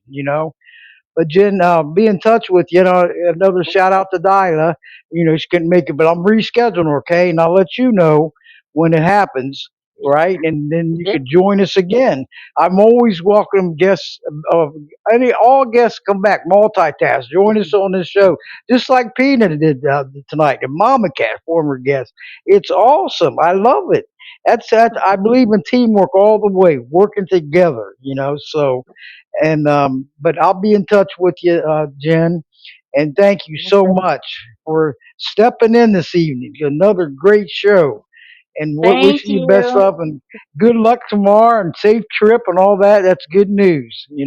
You're Thank you. I'm excited for them. yes. And after it gets published and everything, I'll text you and let you Okay. know. Okay, that way, yeah. And everyone, you can go and share 24/7. Keep sharing, sharing, sharing, because that's what it takes. So that other ones hear it, because you never know who's listening. I mean, the voices do carry for the animals. They do carry for the animals. If there's enough of us, if not, we're only spinning our wheels. So help to make changes out there. Your voice matters and your actions matter. Help make that change. That's what it takes. But thank you. And if anybody, I'm going to be shutting down here real soon here. I wanted to give a shout out to Reginald at Facts Porcupine Podcast. Hello there, Reginald. So glad to see you come back this evening. And then, joining us. And all of you, whoever's listening on the web, Podbean web, thank you all so much. Hope sometime you will join us on the app. This app is awesome. We all love this app, don't we, Mama Cat? It is great. And there was a chat room on Blog Talk Radio, but I really didn't use it. He said, "Hi, sir, thank you, but I'm a woman. I got a deep voice." They always think I'm a man on the radio and phone, but I'm a woman, Debbie. So follow me, keep following me, everyone. Keep spreading the word. Oh, you don't have to apologize. It happens all the They're time. getting used to it now. I'm used to it. It's been happening for years. I have some have had male guests on, and they'll say, "I thought Debbie was going to interview me." And I said, "I am Debbie. That's the one who interviewed you." you know. So, but anyway, everyone that participates in this show and helps me show, big shout out to fans of animal rights on Facebook. They've been a long time. I mean, share the shows every Thursday, and they've been, I mean, for years. And then check their page out. They got some good stuff. And a big thank you to all of the Facebook on Voices Carry for Animals support group, the members on there that help share it. My Voices Carry for Animals podcast Facebook page. Follow me there, okay? And also on my website, voicescarryforanimals.com. Subscribe. And I got good news, Mama Cat. I've been trying to put the PPJ Gazette back on. Okay, so the last two shows I've been doing some tests because it was Marty Oakley website where she added Voices Carry for Animals. I'm trying to get that up running. Everybody, that's who was the grassroots of Voices Carry for Animals. She passed away April 1st of 2023, so sadly, and miss her. She was a super team player and a super friend. And she's the one to help me get Animal Advocates Radio together. I was on her TS Radio Network for since June of 2014 to March of 2018, and she helped me to get this together. And I'm still going, and we kept in contact. Isn't that great? So we have to, like I said, we have to work together and be there for each other. But she was, and I'll never forget her. I have a tribute to her on my Voices Carry for Animals .com website, and you can subscribe free. There's a link. Our rest in peace, Marty Oakley. A link to all the 163 shows I did on her network, and also on voicescareforanimals.podbean.com. I got a tribute to her there with a link from Podchaser .com that I found them and all because when I noticed she had over 2,000 shows where mine was mixed in with hers for elder abuse. I was her co-host for over 75 shows on that one. So if I add them up, I'm up to 600 shows, almost 600 shows between elder abuse and Voices Carry for Animals when I did it back in elder abuse about 2014 and 2015. So yeah. So, but anyway, next week I want to alert everyone. I have another guest coming in from the UK. I'm going to do the show at 3 o'clock p.m. Eastern time next Thursday. Okay. Then after that, it will be back to normal for the remaining of the year. But Cheryl Joyce, she's the founder and CEO of Pet Pardon in the UK, and I want to welcome her aboard. This is her first time, and Spencer Hodges is the one who referred me to her, and that connected us. Isn't that wonderful? So Yeah. next week we'll be live from the web, which you can still join us in there, um, and get in the chat room and everything. So I'll be passing all the and all the promos around with the correct time, and please help me share them as usual. And we're going, she's that's another rescue, so we'll be talking about rescues again. And with all these animals need our attention. They need our help in some form or matter. We got to make it better for them because the animals they rock. I mean, they're so awesome, all of them. And that's what I stand up for. You know, every Thursday. Being a voice for them, being a strong voice, and can't do it alone. I do my best, but I can't do it alone. So teamwork is needed, everyone. Okay, and don't forget that because that is what it takes. And thank you everyone that's joined us in the chat room this evening. This thing is rocking, everyone. So please check it out if you get a chance. And Barbara, thank you for joining us tomorrow. I'll give you a call tomorrow. And Mama Cat, I can't thank you enough either. And Aloha and Pina that joined us this evening. Just keep on, keep the prayers coming. And I had Arthur. I was talking earlier about Diane, then Liberty, or Diane Echo, both names. And she was We Love Pit Bulls on Facebook. I've had her several times, and the sad news that happened to her. And Arthur was texting me, so they was having some difficulties getting in. So I'm gonna figure it out what happened. But I do give you a big shout out there, Diane and Echo, because she is listening in because he's at the nursing home. Okay, so keep Hi, praying for her. Diane. Hi, Diane. Everybody in the chat room, say hi to Diane and Arthur Liberty. He's standing right by his mother, or his mother and best friend. He's going through a overwhelming time right now. Keep the prayers coming for her, okay? And because she's in there, and she took a hard fall. And luckily, she's on a walker and she's learning the cane, but she's getting better. Okay, so keep the prayers coming, and God, we will always trust. Okay, and Diane, I'm sending you a big hug through the airways here, the mama bear. Okay, so I'll be getting with you both, and if you're listening, I know you're listening in because I'm getting the text, and I'm sorry you couldn't get in. I will figure it out so next time you can get in. So I always figure it out, right, Mama Cat? We got to. That's what it takes. When I first started, I was a newbie on the newbie level. Now I'm in the second level. So I'm going to keep going up. But I want to, next week get it 3 o'clock p.m. Eastern next Thursday. Okay, all shows are archived, so you can listen and share 24/7. And after it's published tonight, it's going to go to like 24 other podcast websites. This show is really getting out there. Isn't that wonderful? Plus Yeah. my two websites, and I'm starting up the PPJ Gazette online again, and also the two YouTube channels. The YouTube channels are not doing too good because I don't really have time to get out there and promote them, but it'll pick up. It takes time. It ain't going to happen overnight, right? We just got to do what we can do.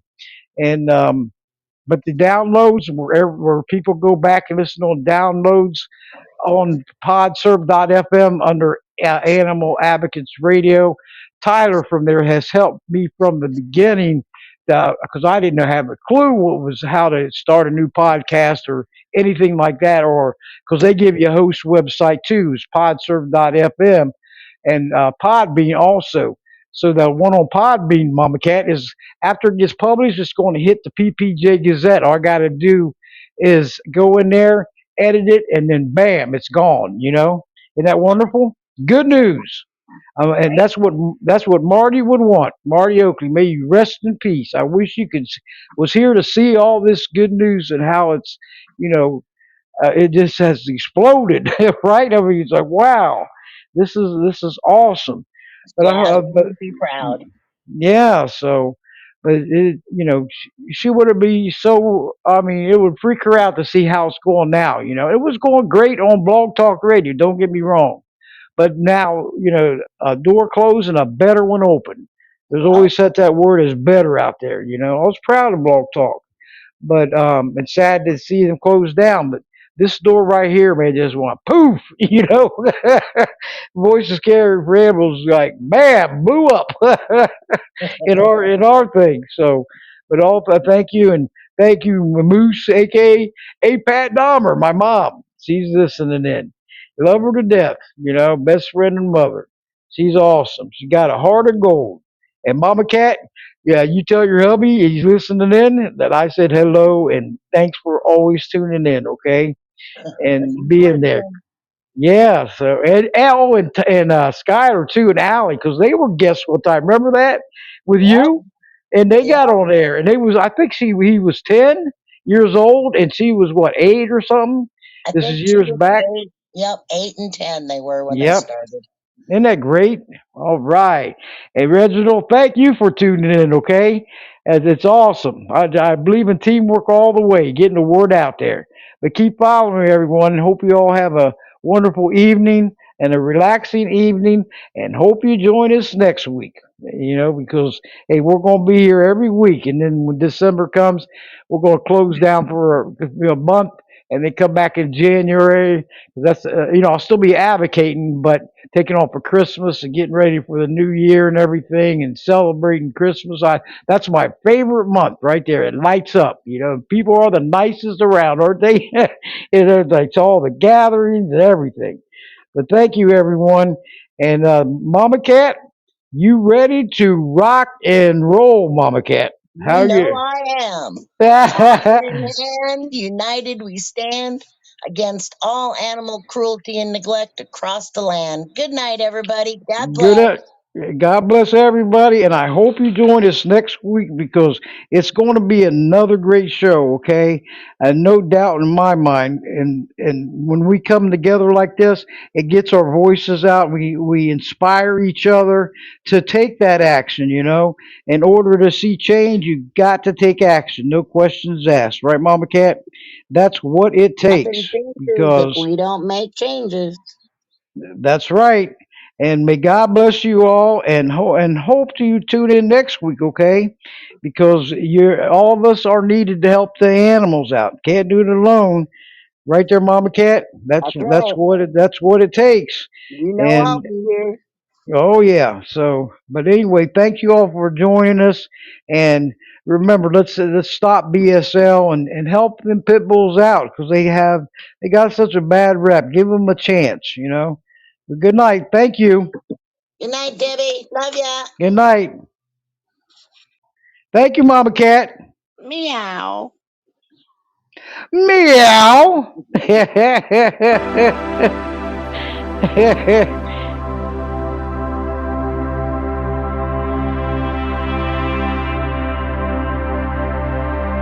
Thank you all for tuning in to Voices Scared for Animals podcast, coming live every Thursday at 7 o'clock Eastern, 6 o'clock Central, 5 o'clock Mountain, and 4 o'clock Pacific.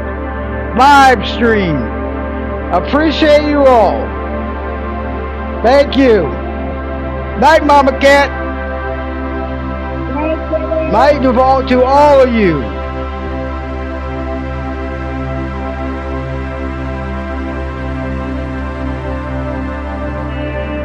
With our voices, the animals will be heard. With our actions, the animals will seek justice.